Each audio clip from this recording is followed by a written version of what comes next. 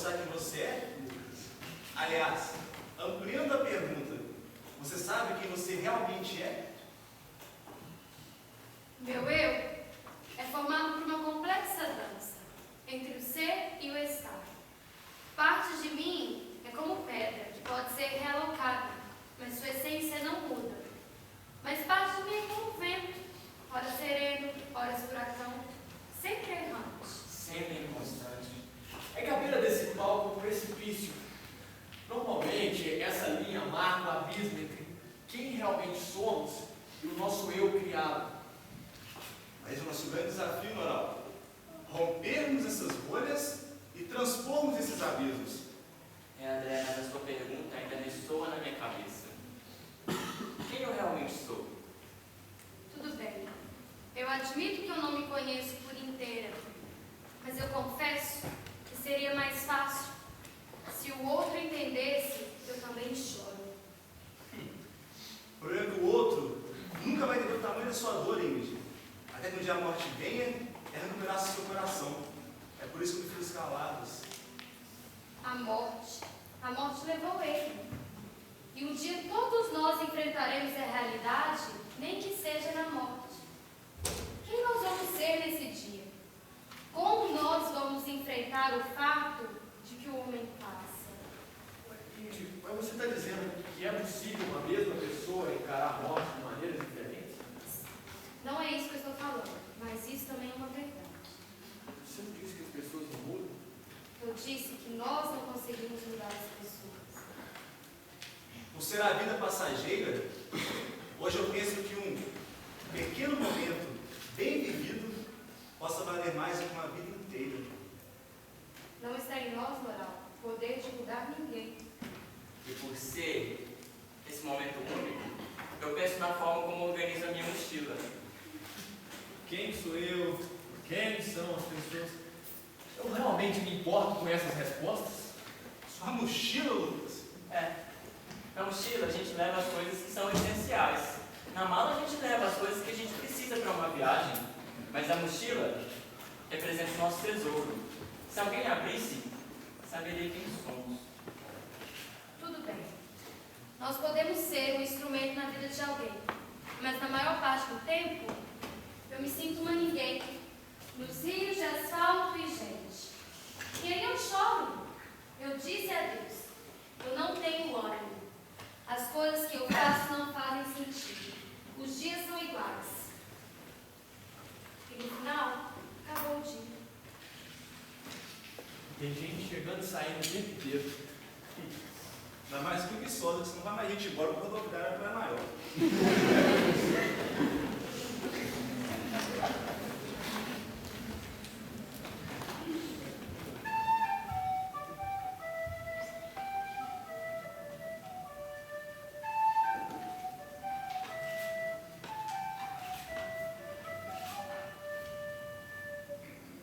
Veja quantos vêm e vão, quantos correm, quantos não.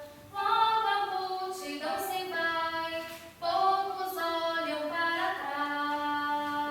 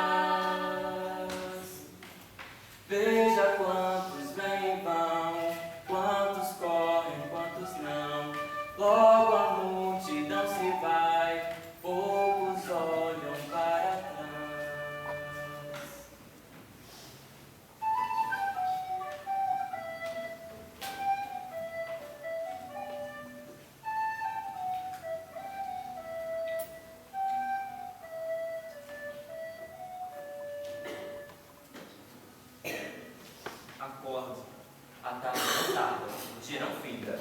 A noite não passa. Mas o tempo escorre comum. Como? A fome não para, o sabor não aguça. A saliva não deixa. Mas o alimento fortalece meus membros. Tem encanto. A ansiedade não aquieta. O medo não morre. A tristeza não esmorece. Mas a paz enche-me de satisfação. Penso. A verdade não cala. A verdade não cala. Vence o restante do dia. Gente, deixa eu dar só uma paradinha aqui. É que eu tô com muita vontade de fazer algumas perguntas só pra saber o que vocês estão achando da peça e tal. Deixa eu escolher algumas pessoas, tá? Não precisa ficar com vergonha não, pode responder mesmo, tá? Iana, querida Iana, o que você tá achando dessa peça? Tá achando ela interessante? É? Quê? Que palavra que é essa interessante? O que é interessante? Tá bom então sobre envelope, tá? Peraí. Deixa eu ver. Não conheço você. Não te conheço, que pena. E o envelope, você já descobriu para que ele serve? Não? Por que temos tanta dificuldade em dizer a verdade sobre nós mesmos? Por que somos tão superficiais? Eu posso ajudar? Por que você não poderia ir? Qual o seu último abraço? Não tem jeito de saber quanto estamos dando o último abraço em alguém? E se soubéssemos, será que iria fazer alguma diferença? Mas se o último abraço fosse então uma metáfora de algo mais significativo? E se fosse uma carta escrita a alguém? Você teria coragem de amar, escrevendo sem falsidades? Moreninho. Quando foi a última vez que você chorou por ter se arrependido? Ontem. Que proveito tem um homem com todo o seu trabalho que tanto se esforça debaixo do sol? Você teme ser esquecido por alguém? É? O que você teme por último? A vida ou a morte? Peraí, vamos no mesmo lugar? É sabendo que ninguém conhece o futuro, quem poderá dizer o que vai acontecer? Por acaso, andarão dois juntos se não estiverem de comum acordo? E se não houver mais tempo? Pode uma mesma fonte jorrar água doce e água amarga? Onde está a sua fé? Quando foi a última vez que você visitou um amigo e lhe entregou algo escrito por você? E aí, André? Tá bom pra você? Ou você precisa de mais uma partida?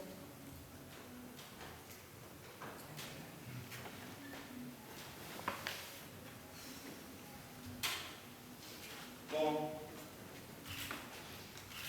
nós poderíamos terminar isso tudo aqui da mesma forma como nós começamos. Porém, abriria mais para o pessoal pensar: poxa, mas povo sem criatividade, isso já aconteceu uma vez. Mas tem um outro problema, de sermos questionados da falta de capacidade de refletirmos sobre o tema que estamos propondo aqui. E André, diante desses dois problemas, seríamos duplamente tolos. Como um homem que vê a sua imagem refletida no espelho e logo se esquece dessa sua imagem, visto ser sua memória muito fraca e as ideias sobre si mesmo muito mais fortes do que a realidade estampada num pedaço de vidro. Agora, apesar dele ter morrido, o sofrimento passa a viver em nós. Aliás, é justamente porque ele morreu é que se vive de forma mais intensa a sua dor. E a única frase que podemos repetir é que o sofrimento estava próximo de nós, mas nós não percebíamos até que ele morre. É, como fico. Eu não consigo fugir das memórias, dos choros, das queixas, das vitórias. O choro volta como um vulto dentro de mim e se expõe. E no meio desse me expor por causa da dor, eu me deparo com uma dúvida shakespeariana: ser ou não ser? Ser. Eu posso ser mais atencioso com os que estão à minha volta, ou posso não ser, simplesmente me fechar e ignorá-los. Eu posso ser mais sincera e mais exposta.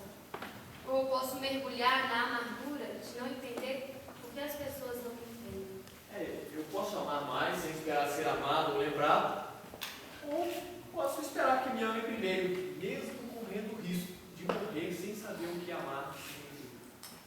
Eu posso ficar aqui a noite inteira tentando convencê-los a escrever uma carta. Essa carta aí. Ou então posso não estar nem aí se isso que estamos falando aqui é ou não importante para nossas vidas. E independente de qual for a escolha, é bom lembrarmos que nós continuaremos a sofrer. E entre ficar parado e aprender com a minha dor, a segunda opção, ela é a mais válida e a mais atraente. Quando eu percebo que não é só na minha bolha que existe dor, e que a dor ela pode ser mais amena, quando ao invés de palavras proferidas, eu choro com quem chora. Tudo bem, mas ainda a gente está diante do nosso problema. Como é que a gente vai fazer para terminar tudo isso? Talvez não precise terminar. Já que enxergamos tantos desafios, viver em palco sem máscara, sem bolhas, sem se estorno, e viver um último abraço.